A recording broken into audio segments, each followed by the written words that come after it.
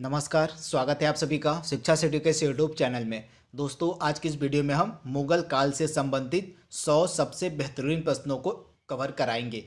दोस्तों, ये जो 100 बेहतरीन प्रश्न होंगे ये आप तक 2 पार्ट में पहुंचाए जाएंगे। ये हमारे वीडियो का पहला पार्ट है तथा इस फर्स्ट पार्ट में हम 50 प्रश्नों को कवर कराएंगे जो कि मुगल काल से संबंधित होंगे, तथा जो दूसरा वीडियो हमारा होगा उस वीडियो में हम बाकी के 50 प्रश्नों को कवर कराएंगे जो कि मुगल काल से संबंधित होंगे।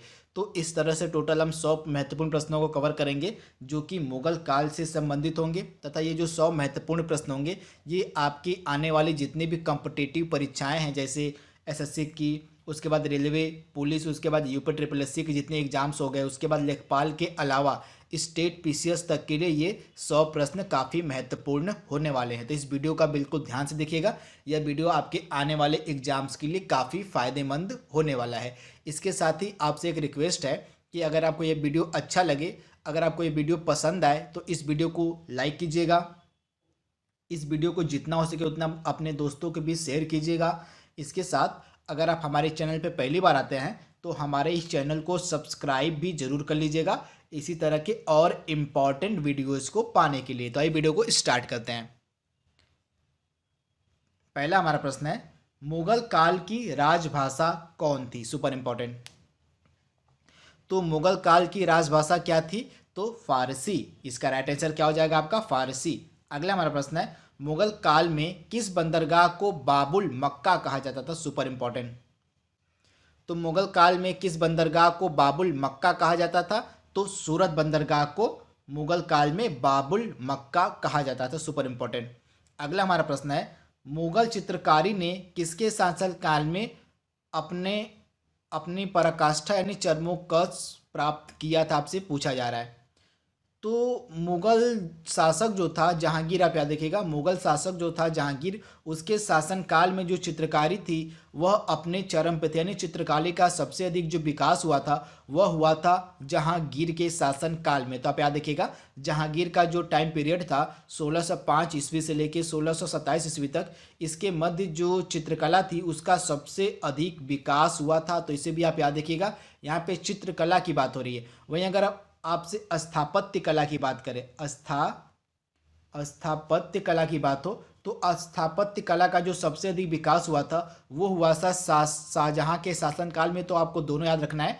चित्रकला का सबसे अधिक विकास पूछे तो आपका आंसर हो जाएगा जहांगीर। अगर स्थापत्य कला का आपसे विकास पूछे तो स्थापत्य कला का जो सबसे अधिक विकास हो गया था वो हुआ था शाहजहां के शासनकाल में। स्थापत्य कला में क्या क्या शाहजहां ने बनवाया था? तो जैसे लाल किला हो गया, आगरा की मोती मस्जिद हो गई, उसके बाद दिल्ली का जामा मस्जिद हो गया, ये सभी स्थापत्य कला के मुख्य उदाहरण हैं जो कि शाहजहां के शासनकाल में बनाए गए थे। तो आप याद रखिएगा, स्थापत्य कला का जो सबसे अधिक विकास हुआ था वो हुआ था शाहजहां के शासनकाल में, और चित्रकला का सबसे अधिक विकास हुआ था जहांगीर के शासनकाल में। मुगल प्रशासन में जिले को किस नाम से जाना जाता था? Super important. तो मुगल प्रशासन में जिले को किस नाम से जाना जाता था? तो सरकार। तो इसका राइट आंसर क्या हो जाएगा? सरकार। मुगल प्रशासन में जो मुगल एडमिनिस्ट्रेशन था उसमें जिले को यानी कि डिस्ट्रिक्ट्स को सरकार के नाम से जाना जाता था। अगला हमारा प्रश्न है, मुगल वंश का संस्थापक, आपसे पूछा जा रहा है कि मुगल वंश का संस्थापक कौन था? Super important. तो मुगल वंश का संस्थापक कौन था? तो बाबर। यानी इसका राइट आंसर क्या हो जाएगा? बाबर जो था वह मुगल वंश का संस्थापक था। इसने मुगल वंश की स्थापना 1526 में की थी, तथा 1526 से लेके 1530 के मध्य इसका शासन यानी कि इसका टाइम पीरियड था शासन करने का। तो आप इसे याद रखिएगा, मोस्ट इंपॉर्टेंट।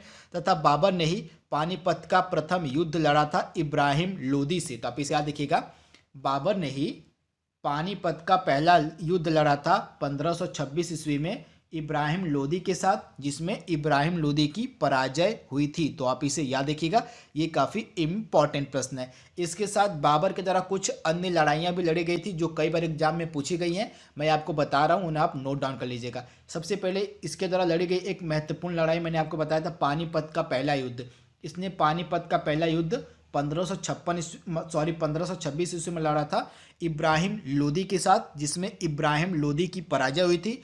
उसके बाद बाबर के द्वारा कुछ अगला युद्ध जो लड़ा गया था वो लड़ा गया था राणा संगा के साथ खानवा का युद्ध। किसका युद्ध? तो राणा सांगा के साथ खानवा का युद्ध इसने लड़ा था 1527 ईस्वी में।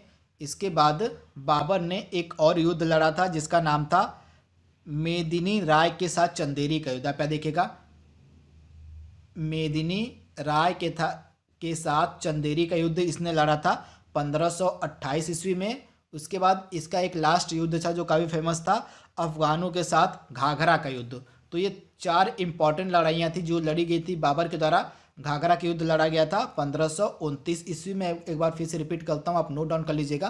पहली लड़ाई जो बाबर ने लड़ा था महत्वपूर्ण थी, पानीपत की लड़ाई 1526 ईस्वी में इब्राहिम लोदी के साथ। दूसरी इसने लड़ाई लड़ी थी राणा सांगा के साथ खानवा की लड़ाई 1527 ईस्वी में। उसके बाद इसने लड़ा था मेदिनी राय के साथ चंदेरी का युद्ध 1528 ईस्वी में। और उसके बाद इसने लड़ा था घाघरा का युद्ध अफगानों के साथ 1529 ईस्वी में। ये कुछ महत्वपूर्ण लड़ाइयाँ थी जो कई बार एग्जाम में पूछी गई हैं, मैंने आपको बता दिया है, आप इन्हें नोट डाउन कर लीजिएगा। अगला हमारा है मुगल सम्राट अकबर के समय का प्रसिद्ध चित्रकार कौन था? Super important. तो मुगल सम्राट अकबर के समय का प्रसिद्ध चित्रकार कौन था? तो अब्दु समद। क्या था? तो अब्दु समद जो था यह मुगल सम्राट अकबर के समय एक प्रसिद्ध चित्रकार था तथा अकबर ने इसको सीरी कलम की उपाधि भी दी थी। तो इसे भी आप याद रखिएगा, अकबर के समय जो प्रसिद्ध चित्रकार था उसका नाम था अब्दु सम्मद और अब्दु सम्मद को ही सीरी कलम की उपाधि दी थी अकबर ने। तो इसे आप याद रखिएगा। अगला हमारा है मुगल सम्राट औरंगजेब कौन सा वाद्य यंत्र बजाते थे? Super important. तो मुगल सम्राट जो औरंगजेब था इसके द्वारा कौन सा वाद्य यंत्र बजाया जाता था? तो वीणा। तो आप याद रखिएगा, मुगल सम्राट जो औरंगजेब था उसके द्वारा कौन सा वाद्य यंत्र बजाया जाता था? तो वीणा। तो आप इसे याद रखिएगा। मुगल सम्राट औरंगजेब का शासन पीरियड कब से कब तक था? तो 1658 से लेके 1707 के मध्य औरंगजेब ने शासन किया था। तो इसे भी आप याद रखिएगा। तथा औरंगजेब को जिंदा पीर के नाम से भी जाना जाता था। तो इसे आप याद रखिएगा, औरंगजेब को जिंदा पीर के नाम से भी जाना जाता था। अगला हमारा है मुगलों को नवरोज का त्यौहार कहाँ से मिला? Super important. तो मुगलों को जो नवरोज का त्यौहार था यह फारसियों से मिला था। आप याद देखिएगा, नवरोज का जो त्यौहार था इसका प्रारंभ किसने किया था? तो नवरोज के त्यौहार का जो प्रारंभ है यह किया गया था फारसियों के द्वारा। यहाँ पे पारसी नहीं होगा, फारसी होगा। तो आप याद देखिएगा, फारसियों के द्वारा यह नवरोज उत्सव का प्रारंभ किया गया था। तो आप इसे याद देखिएगा, इसका राइट आंसर क्या हो जाएगा? फारसियों के द्वारा। अगला हमारा है किस मुगल बादशाह की मृत्यु दीन पनाह पुस्तकालय की सीढ़ियों से गिरने के कारण हुई थी? Super important. तो मुगल बादशाह का क्या नाम था? तो मुगल बादशाह का नाम था हुमायूं। तो आप याद देखिएगा, जो हुमायूं था इसकी जो मृत्यु हुई थी दीन पनाह पुस्तकालय की सीढ़ियों से गिरने के कारण। तो इसका राइट आंसर क्या हो जाएगा? हुमायूं। तथा हुमायूं ने 2 बार शासन किया था, पहली बार 1530 से 1540 के मध्य और उसके बाद 1555 से 1556 के मध्य यह मुगल सम्राट था। तथा इसकी जो मृत्यु थी यह हुई थी दीन पनाह पुस्तकालय की सीढ़ियों से गिरने के कारण। तो इसे आप याद रखिएगा। तथा हुमायूं और शेरशाह के मध्य एक युद्ध लड़ा गया था जिसका नाम था चौसा का युद्ध। आप याद रखिएगा, चौसा का युद्ध। यह जो चौसा का युद्ध था यह लड़ा गया था 1539 ईस्वी में हुमायूं और शेरशाह सूरी के मध्य। तथा इसमें हुमायूं की पराजय हुई थी। तो इसे भी आप याद रखिएगा। अगला हमारा है किस मुगल बादशाह की सेना में सबसे अधिक हिंदू सेनापति थे? Super important. तो वह मुगल बादशाह था औरंगजेब। तो आप याद देखिएगा, औरंगजेब की सेना में सबसे अधिक हिंदू सेनापति थे। तो आप इसे याद देखिएगा। तथा औरंगजेब ने शासन किया था 1658 ईस्वी से लेकर 1707 ईस्वी के मध्य। तथा औरंगजेब को जिंदा पीर कहा जाता था। तथा औरंगजेब के द्वारा वीणा वाद्य यंत्र बजाया जाता था। अगला हमारा है किस मुगल बादशाह को जिंदा पीर कहा जाता था? तो इसका आंसर मैंने आपको बताया था कि औरंगजेब तो जो था उसको जिंदा पीर कहा जाता था। अगला हमारा प्रश्न है किस मुगल बादशाह ने अपनी आत्मकथा फारसी में लिखी थी? यहाँ पे फारसी की बात हो रही है। तो इसका राइट आंसर हो जाएगा जहांगीर। तो जहांगीर जो था उसने अपनी आत्मकथा फारसी में लिखी थी। यहाँ पे फारसी शब्द का प्रयोग है, तो फारसी में आत्मकथा लिखी गई थी जहांगीर के द्वारा। वहीं अगर तुर्की भाषा की बात हो तो जो बाबर था, आप याद देखिएगा, बाबर ने तुर्की भाषा में अपनी आत्मकथा लिखी थी। तो आपको कंफ्यूज नहीं होना है, अगर तुर्की भाषा में पूछे तो बाबर ने तुर्की भाषा में अपनी आत्मकथा लिखी थी जिसका नाम था तुजुके ए बाबरी, यानी कि बाबरनामा जो थी इसको लिखा था तुर्की भाषा में बाबर ने, तथा बाबरनामा का जो फारसी में अनुवाद था वो किया था अब्दुल रहीम खान खाना ने। तो इसे भी आप याद रखिएगा, बाबर ने अपनी आत्मकथा बाबरनामा लिखी थी तुर्की भाषा में, जिसका फारसी भाषा में अनुवाद किया गया था अब्दुल रहीम खान खाना के द्वारा। तो इसे भी आप याद रखिएगा। वहीं अगर हम फारसी भाषा की बात करें तो फारसी भाषा में जो आत्मकथा थी वो लिखी गई थी जहांगीर के द्वारा। अगला हमारा प्रश्न है, किस मुगल शासक का 2 बार राज्याभिषेक हुआ था? Super important. तो वह प्रसिद्ध मुगल शासक कौन था जिसका 2 बार राज्याभिषेक हुआ था? तो औरंगजेब। तो इसका राइट आंसर क्या हो जाएगा? औरंगजेब ने अपना 2 बार राज्याभिषेक करवाया था। तो इसे भी आप याद रखिएगा। अगला हमारा है, किस मुगल शासक को शाहे बेखबर कहा जाता था? Super important. तो बहादुर शाह प्रथम यानी कि मुअज्जम को शाहे बेखबर कहा जाता था। तो आप इसे याद रखिएगा, किस मुगल बादशाह को शाहे बेखबर कहा जाता था? तो बहादुर शाह प्रथम यानी कि मुअज्जम को शाहे बेखबर कहा जाता था। अगला हमारा है, किस मुगल शासक ने 2 बार शासन किया? Super important. तो किस मुगल शासक ने 2 बार शासन किया था? तो हुमायूं। इसका राइट आंसर हो जाएगा, हुमायूं ने 2 बार शासन किया था। पहली बार 1530 से 40 के मध्य और दूसरी बार 1555 से 56 ईस्वी के मध्य जो था हुमायूं ने शासन किया था। तो आप इसे याद रखिएगा। तथा इसकी जो मृत्यु थी 1556 ईस्वी में दीन ए पनाह की सीढ़ियों से गिरने के कारण हो गई थी। तो आप इसे याद रखिएगा। अगला हमारा प्रश्न है, मयूर सिंहासन जिसको हम तख्ते ताउस के नाम से भी जानते हैं का निर्माण किसने करवाया था? Super important.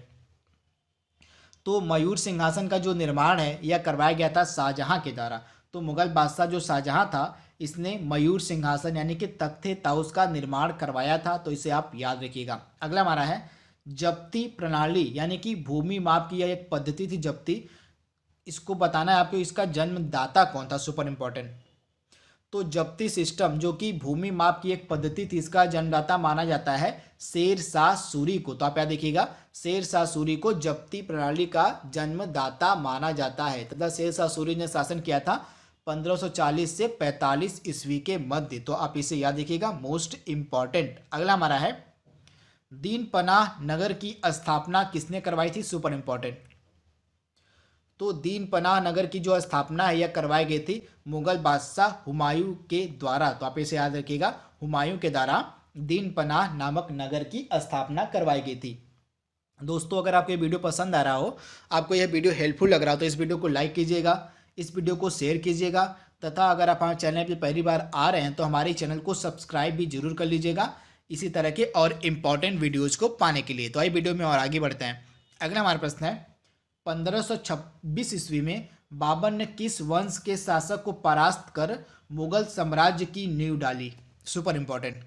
तो जैसा कि मैंने आपको बताया था, जो मुगल बादशाह बाबर था इसने पानीपत का पहला युद्ध लड़ा था 20 से 21 अप्रैल 1526 ईस्वी के मध्य, जिसमें इसने लोधी वंश के शासक इब्राहिम लोधी को पराजित किया था। आप याद देखिएगा, पानीपत का जो पहला युद्ध था यह हुआ था बाबर और इब्राहिम लोधी के मध्य 1526 ईस्वी में, जिसमें इब्राहिम लोधी की पराजय हुई थी। तो आप इसे याद रखिएगा। अगला हमारा है, 6 अप्रैल 1556 को पानीपत की दूसरी लड़ाई किसके बीच हुई थी? Super important. तो पानीपत की जो दूसरी लड़ाई हुई थी 6 अप्रैल 1556 ईस्वी को, यह अकबर और हेमू के मध्य हुई थी। तो आप याद रखिएगा, अकबर और हेमू के मध्य पानीपत की दूसरी लड़ाई लड़ी गई थी 6 अप्रैल 1556 ईस्वी को। 21वां प्रश्न हमारा है, अंतिम रूप से किस मुगल बादशाह ने जजिया कर को समाप्त कर दिया? Super important. तो अंतिम रूप से किस मुगल बादशाह ने जजिया कर को समाप्त कर दिया था? तो मोहम्मद शाह रंगीला इसका राइट आंसर आपका है। मोहम्मद शाह रंगीला ने अंतिम रूप से जजिया कर को समाप्त कर दिया था। अगला हमारा प्रश्न है, अकबर के युवावस्था में उसका संरक्षक कौन था? Super important. तो अकबर के युवावस्था में उसका संरक्षक कौन था? तो बैरम खां। तो आप इसे याद रखिएगा, अकबर के युवावस्था में इसका संरक्षक कौन था? तो था बैरम खां। तथा अकबर का जो राज्याभिषेक हुआ था ये हुआ था 1556 ईस्वी में, से भी आप याद रखिएगा। अकबर का जो राज्याभिषेक हुआ था यह हुआ था 1556 ईस्वी में कलनौर, पंजाब में। कहाँ? तो पंजाब में एक जगह थी कलनौर, यहीं पे अकबर का राज्याभिषेक हुआ था 1556 ईस्वी में। अगला हमारा है, अकबर के शासक काल में भू राजस्व सुधारों के लिए कौन उत्तरदायी था? Super important. तो अकबर के शासन काल में भू राजस्व सुधारों के लिए कौन उत्तरदायी था? तो टोडरमल। तो आप इसे याद देखिएगा, टोडरमल जो था यह अकबर का दीवान था तथा इसने अकबर के शासन काल में भू राजस्व सुधार बहुत ज़्यादा किए थे। तो इसका राइट आंसर क्या हो जाएगा? टोडरमल। तथा यह जो टोडरमल था यह अकबर का दीवान था, तो इसे भी आप याद रखिएगा। तथा इसी टोडरमल के द्वारा ही 10 साला बंदोबस्त, इसे भी आप याद रखिएगा, इसी टोडरमल के द्वारा ही 10 साला बंदोबस्त, आप याद रखिएगा, सुपर इंपॉर्टेंट है ये। तो यह जो 10 साला बंदोबस्त था इसकी शुरुआत की गई थी 1580 ईस्वी में टोडरमल के द्वारा। तो इसे भी आप याद रख सकते हैं। अगला हमारा है, अकबर के समय भारत में किस प्रसिद्ध महिला शासक का शासन था? Super important. तो अकबर के समय भारत में किस प्रसिद्ध महिला शासक का शासन था? तो रानी दुर्गावती का। तो आप इसे याद रखिएगा, अकबर के समय रानी दुर्गावती का शासन था, जो कि भारत की प्रसिद्ध महिला शासक थी उस समय की। अगला हमारा प्रश्न है, अकबर द्वारा बनाई गई कौन सी इमारत का नक्शा बौद्ध विहार की तरह है? Super important. तो अकबर द्वारा बनाई गई कौन सी इमारत का नक्शा बौद्ध विहार की तरह है? तो पंचमहल का। तो आप याद देखिएगा, जो पंचमहल था इसका जो नक्शा है यह बौद्ध विहार की तरह है, जिसको अकबर ने बनवाया था। अगला हमारा है, अकबर ने वाणी विलास कंडाभरण की उपाधि किस संगीतज्ञ को दी थी? सुपर इंपॉर्टेंट प्रश्न। तो तानसेन को। आप याद देखिएगा, तानसेन को यह उपाधि दी गई थी अकबर के द्वारा। इस उपाधि का क्या नाम था? तो वाणी विलास कंडाभरण। तो इसे आप याद रखिएगा। तथा तानसेन का वास्तविक नाम था राम तनु पांडे। क्या नाम था? तो तानसेन का वास्तविक नाम था राम तनु पांडे। तो इसे आप याद रखिएगा, ये कई बार एग्जाम में पूछा गया प्रश्न है। अगला हमारा प्रश्न है, अकबर ने किसे कवि राय यानी कविराज की उपाधि दी थी? Super important. तो अकबर ने किसे कविराज की उपाधि दी थी? तो बीरबल को। किसको? तो अकबर के द्वारा बीरबल को कविराज की उपाधि दी गई थी। तो इसे आप याद रखिएगा, ये भी कई बार एग्जाम में पूछा गया प्रश्न है कि अकबर ने किसको कविराज की उपाधि दी थी? तो बीरबल को कविराज की उपाधि दी गई थी। तथा बीरबल के बचपन का नाम भी कई बार पूछा जाता है। तो बीरबल के बचपन का नाम था महेश दास। तो आप याद रखिएगा, बीरबल के बचपन का नाम था महेश दास तथा तानसेन के बचपन का नाम था राम तनु पांडे। तो दोनों आपको याद रखना है। अगला हमारा है, अकबर ने दीन ए इलाही कब प्रारंभ किया था? तो अकबर के द्वारा दीन ए इलाही का प्रारंभ किया गया था? तो 1582 ईस्वी में। तो इसे आप याद रखिएगा, 1582 ईस्वी में अकबर के द्वारा दीन ए इलाही को प्रारंभ किया गया था। अगला हमारा प्रश्न है, अकबरनामा किसने लिखा? Super important. तो अकबरनामा किसने लिखा है? तो अबू फजल ने। तो आप इसे याद रखिएगा, अबू फजल के द्वारा अकबरनामा लिखा गया है। तो इसका राइट आंसर हो जाएगा अबुल फजल। तथा यह जो अबुल फजल था इसी के द्वारा यह, आप याद रखिएगा, जो अबुल फजल था यह अकबर के दरबार में 9 रत्नों में से एक था। कौन था? तो अकबर के दरबार में जो 9 रत्न रहते थे, 9 रत्न जो अकबर के दरबार में रहते थे, उन्हीं 9 रत्नों में से एक था अबुल, जिसने अकबरनामा की रचना की थी। अगला हमारा है, आईने अकबरी एक महान ऐतिहासिक कृति किसके द्वारा लिखी गई है? Super important. तो आईने अकबरी को भी अबू फजल ने ही लिखा था। तो इसे भी आप याद रखिएगा। अगला हमारा है, ईरान के शाह और मुगल शासकों का एक झगड़ा किस स्थान के लिए था? Super important. तो ईरान के शाह और मुगलों के मध्य जो झगड़ा था यह कंधार के लिए होता था। तो इसे आप याद रखिएगा, कंधार के लिए ईरान के शाह और मुगल शासकों के मध्य अक्सर झगड़ा हुआ करता था। तो कंधार इसका राइट आंसर है। अगला हमारा है, इत्माद उद दौला का मकबरा आगरा में किसने बनवाया? Super important. तो इत्माद उल दौरा का जो मकबरा है यह आगरा में बनवाया था नूरजहां ने। तो आप याद देखिएगा, नूरजहां ने इत्माद उल दौरा का मकबरा बनवाया था आगरा में। तो इसे आप याद रखिएगा, मोस्ट इंपॉर्टेंट। अगला हमारा है, औरंगजेब गद्दी पर बैठने से पहले किस स्थान का गवर्नर था? Super important. तो औरंगजेब गद्दी पर बैठने से पहले किस स्थान का गवर्नर था? तो दक्कन। तो आप इसे याद रखिएगा, औरंगजेब गद्दी पर बैठने से पहले दक्कन का गवर्नर था। अगला हमारा है, औरंगजेब के द्वारा जिहाद का मतलब, औरंगजेब के द्वारा जो जिहाद चलाया गया था उसका मतलब क्या था? तो जिहाद का मतलब था दार उल इस्लाम। तो इसे आप याद रखिएगा, औरंगजेब के द्वारा जो जिहाद चलाया गया था उसका अर्थ था दार उल इस्लाम। अगला हमारा है, औरंगजेब ने दक्षिण में किन दो राज्यों को विभाजित किया? Super important. तो औरंगजेब ने दक्षिण के किन दो राज्यों को विभाजित किया? तो बीजापुर और गोलकुंडा। तो इसे आप याद रखिएगा, बीजापुर और गोलकुंडा दक्षिण के दो राज्यों को विभाजित किया था औरंगजेब ने। तो इसे आप याद रखिएगा, मोस्ट इंपॉर्टेंट। तथा औरंगजेब के द्वारा बीबी का मकबरा बनाया गया था औरंगाबाद में। तो इसे भी आप याद रखिएगा, औरंगजेब ने बीबी का मकबरा बनाया था महाराष्ट्र के औरंगाबाद में। तो ये कई बार एग्जाम में पूछा गया प्रश्न है, इसलिए मैं आपको बता रहा हूँ कि औरंगजेब के द्वारा बीबी का जो मकबरा है यह महाराष्ट्र के औरंगाबाद में बनवाया गया था। तो इसे आप नोट डाउन जरूर कर लीजिएगा। अगला हमारा है, किस इतिहासकार ने अकबर द्वारा चलाए गए दीन ए इलाही को एक धर्म कहा? Super important. तो यह था अबुल फजल ने अकबर के द्वारा चलाए गए दीन ए इलाही को एक धर्म कहा था। तो इसका राइट आंसर क्या हो जाएगा? अबू फजल। अगला हमारा है, किस इतिहासकार ने शाहजहां के काल को मुगल शासन का स्वर्ण युग कहा था? Super important. तो इसका राइट आंसर हो जाएगा आपका A.L. श्रीवास्तव। क्या है? तो A.L. श्रीवास्तव इतिहासकार थे। इन्होंने शाहजहां के काल को मुगल शासन का स्वर्ण युग कहा था। तो इसे आप याद रखिएगा, मोस्ट इंपॉर्टेंट। इन शाहजहां के शासन काल को स्वर्ण युग क्यों कहा जाता है? क्योंकि शाहजहां के शासन काल में जो स्थापत्य कला थी उसका सबसे अधिक विकास हुआ था। किसका? तो शाहजहां के शासनकाल में स्थापत्य कला का सबसे अधिक विकास होने के कारण इसके शासनकाल को जो है स्वर्ण युग कहा जाता है। तो इसे भी आप याद रखिएगा। इसके शासन पीरियड में, शाहजहां के शासन पीरियड में दिल्ली का लाल किला बनवाया गया था, आगरा की मोती मस्जिद बनवाई गई थी, उसके बाद दिल्ली का जामा मस्जिद बनवाया गया था। प्रसिद्ध इमारतें ये हैं। इन्हीं के कारण जो थी स्थापत्य कला वो अपने चरम पे थी, यानी कि स्थापत्य कला का सबसे अधिक विकास हुआ था शाहजहां के शासनकाल में। इसी कारण से इसके शासन पीरियड को स्वर्ण युग कहा जाता है। तो इसे भी आप याद रखिएगा। अगला हमारा है, किस बादशाह के अंतर्गत मुगल सेना में सर्वाधिक हिंदू सेनापति थे? तो औरंगजेब के टाइम पीरियड में इसके समय जो हिंदू सेनापति थे वो सर्वाधिक इसकी सेना में थे। तो इसे आप याद रखिएगा, हिंदू सेनापतियों की जो सबसे अधिक संख्या थी वो औरंगजेब की सेना में थी। अगला हमारा है, किस मध्यकालीन शासक ने पट्टा एवं कबूलियत की प्रथा प्रारंभ की थी? Super important. तो पट्टा एवं कबूलियत की जो प्रथा थी यह चालू की गई थी शेर शाह के द्वारा। किसके द्वारा? तो शेर शाह के द्वारा पट्टा एवं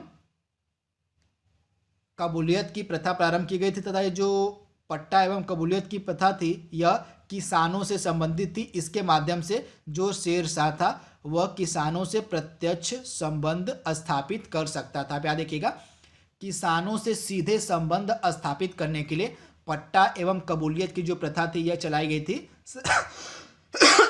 शेर शाह सूरी के द्वारा। अगला हमारा है, किस मुसलमान विद्वान का हिंदी साहित्य के लिए सबसे महत्वपूर्ण योगदान है? Super important. तो किस मुसलमान विद्वान का हिंदी साहित्य के लिए सबसे अधिक योगदान है? तो अब्दुल रहीम खान खाना इसका राइट आंसर हो जाएगा। अब्दुल रहीम खान खाना का जो था हिंदी साहित्य में सबसे अधिक योगदान है। तो इसे आप याद रखिएगा, ये कई बार एग्जाम में पूछा गया प्रश्न है। अगला हमारा प्रश्न है, किस युद्ध को जीतने के बाद शेरशाह ने अफगान सत्ता की स्थापना की? Super important. तो इसका राइट आंसर हो जाएगा बेलग्राम की लड़ाई। कब? तो बेलग्राम की लड़ाई को जीतने के बाद शेर शाह ने किसकी स्थापना की? तो अफगान सत्ता की स्थापना की थी। तो आप इसे याद रखिएगा। इसको कन्नौज की लड़ाई या बेलग्राम की लड़ाई भी कहते हैं। इसको कन्नौज की लड़ाई कह लीजिए या बेलग्राम की लड़ाई कर लीजिए। यह 1540 ईस्वी में लड़ी गई थी शेर शाह और हुमायूं के मध्य। आप याद रखिएगा, यह जो लड़ाई थी बेलग्राम की लड़ाई या इसको कन्नौज की लड़ाई भी कहते हैं, यह 1540 ईस्वी के मध्य लड़ी गई, 1540 ईस्वी में लड़ी गई थी शेर शाह सूरी और हुमायूं के मध्य, जिसमें हुमायूं की पराजय हुई थी तथा इसी के बाद जो थी शेर शाह ने अफगान सत्ता की स्थापना की थी। तो आप इसे याद रखिएगा। अगला हमारा प्रश्न है, किस युद्ध में किस युद्ध से भारत में मुगल राज्य की नींव पड़ी थी? Super important.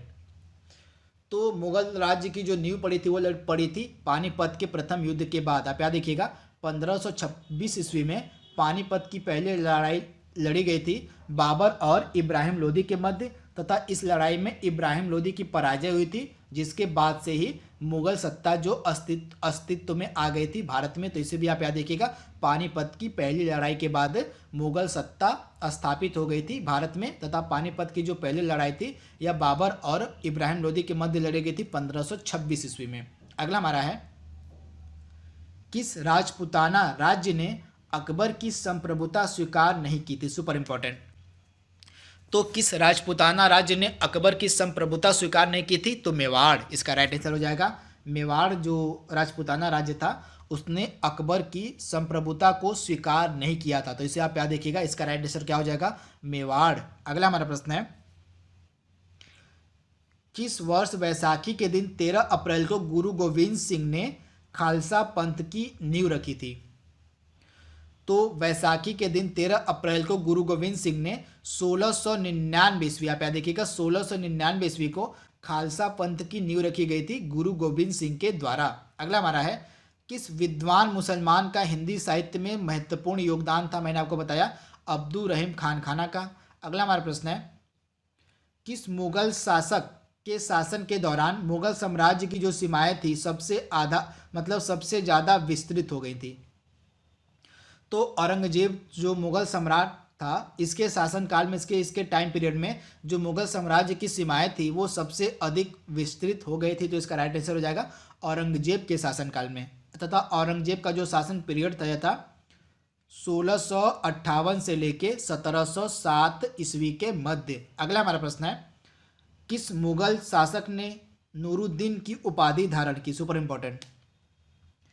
तो नूरुद्दीन की जो उपाधि थी यह धारण की थी किसने? तो जहांगीर ने। तो आप इसे याद रखिएगा, जहांगीर ने नूरुद्दीन की उपाधि धारण की थी, तथा जहांगीर ने शासन किया था 1605 ईस्वी से लेके 1627 ईस्वी के मध्य, तथा जहांगीर के शासनकाल में जो चित्रकला का विकास हुआ था यह सबसे अधिक हुआ था। इसे आप याद रखिएगा, जहांगीर के शासनकाल में चित्रकला का सबसे अधिक विकास हुआ था, तथा जहांगीर ने ही भारत में तंबाकू के सेवन को भी बैन किया था। इसे भी आप याद रखिएगा, जहांगीर ने ही भारत में तंबाकू के सेवन को बैन किया था। अगला हमारा प्रश्न है, किस शासक ने न्याय के लिए अपने महल में सोने की जंजीर लगवाई थी? Super important. तो न्याय के लिए सोने की जंजीर किसने लगवाया था? तो जहांगीर ने। तो आप इसे याद रखिएगा, इसको न्याय का घंटा भी कहा जाता है। आप इसे याद रखिएगा, यह आगरा में लगवाया गया था। इसको हम न्याय का घंटा भी कहते थे, तथा इसको बनवाया था जहांगीर ने। अगला हमारा प्रश्न है, किस शासक ने अपने पिता को कैद में डाला था? Super important. तो किस शासक ने अपने पिता को कैद में डाला था? तो औरंगजेब। तो इसे आप याद रखिएगा, औरंगजेब ने अपने पिता को अपने पिता को कैद में डाला था। तो इसे आप याद रखिएगा, इसका राइट आंसर हो जाएगा औरंगजेब। 49वां प्रश्न का राइट आंसर क्या है? औरंगजेब। अगला हमारा है, जो कि लास्ट प्रश्न आज का है, किस सिख गुरु की मृत्यु के लिए औरंगजेब जिम्मेदार है? Super important. तो किस सिख गुरु की मृत्यु के लिए औरंगजेब जिम्मेदार है? तो सिखों के जो 9वें गुरु थे, आप याद देखिएगा, सिखों के जो 9वें गुरु थे गुरु तेग बहादुर, इनकी हत्या करवा दी थी 1675 ईस्वी में औरंगजेब ने। तो इसे आप याद रखिएगा, सिखों के 9वें गुरु थे गुरु तेग बहादुर, इनकी हत्या 1675 ईस्वी में औरंगजेब ने करवा दी थी। तो इसे आप याद रखिएगा। तो दोस्तों यहाँ पे हमने 50 महत्वपूर्ण प्रश्नों को कवर कर लिया है, तथा बाकी के 50 प्रश्नों को हम कल के वीडियो में कवर कराएंगे जो कि मुगल काल से संबंधित हैं। तो आई होप आपको वीडियो पसंद आया होगा। तो आज के लिए बस इतना ही। Thank you, thanks for watching, thank you. Hello friends, मेरा नाम अमरीश यादव और मैं आपसे ये कहना चाहूँगा कि अगर अभी तक आप लोगों ने अभी अनअकैडमी एप्लीकेशन इंस्टॉल नहीं किया है तो इंस्टॉल कर लीजिए, जहाँ पे मेरी फ्री क्लासेस भी चलती हैं, जहाँ पे मेरी पेड क्लासेस भी चलती है। तो फ्री क्लासेस भी आप रेगुलर दे सकते हैं। एवरीडे एसएससी में, रेलवे में, जितने भी आपके अपकमिंग एग्जामिनेशन आ रहे हैं, सारे सेक्शंस के लिए मैं आपको फ्री क्लासेस वहाँ पे प्रोवाइड करा रहा हूँ। करना सिर्फ इतना है आपको कि अनअकैडमी का एप्लीकेशन इंस्टॉल करना है, और वहां पे आपको कोड टाइप करना है Vimrees@14। Vimrees मेरा नाम है, @ जो है स्पेशल कैरेक्टर हो जाएगा और 14 डिजिट हो जाएगा, जिससे आप फ्री क्लास है जो बिल्कुल फ्री है, बिना किसी पैसे लगाए जो वीडियोस मिलेंगी वो आप जाकर के वहां पे देख सकते हैं बिल्कुल फ्री अनअकैडमी के एप्लीकेशन पे। उसके बाद दोस्तों अगर ये वीडियो आपको अच्छी लग रही है, जो वीडियो प्रेजेंट करी जा रही है आपको शिक्षा सिटी पे, तो वीडियोस को लाइक करिए, चैनल को ज्यादा से ज्यादा शेयर करिए, चैनल को ज्यादा से ज्यादा सब्सक्राइब करिए। चलिए वीडियो देखते हैं।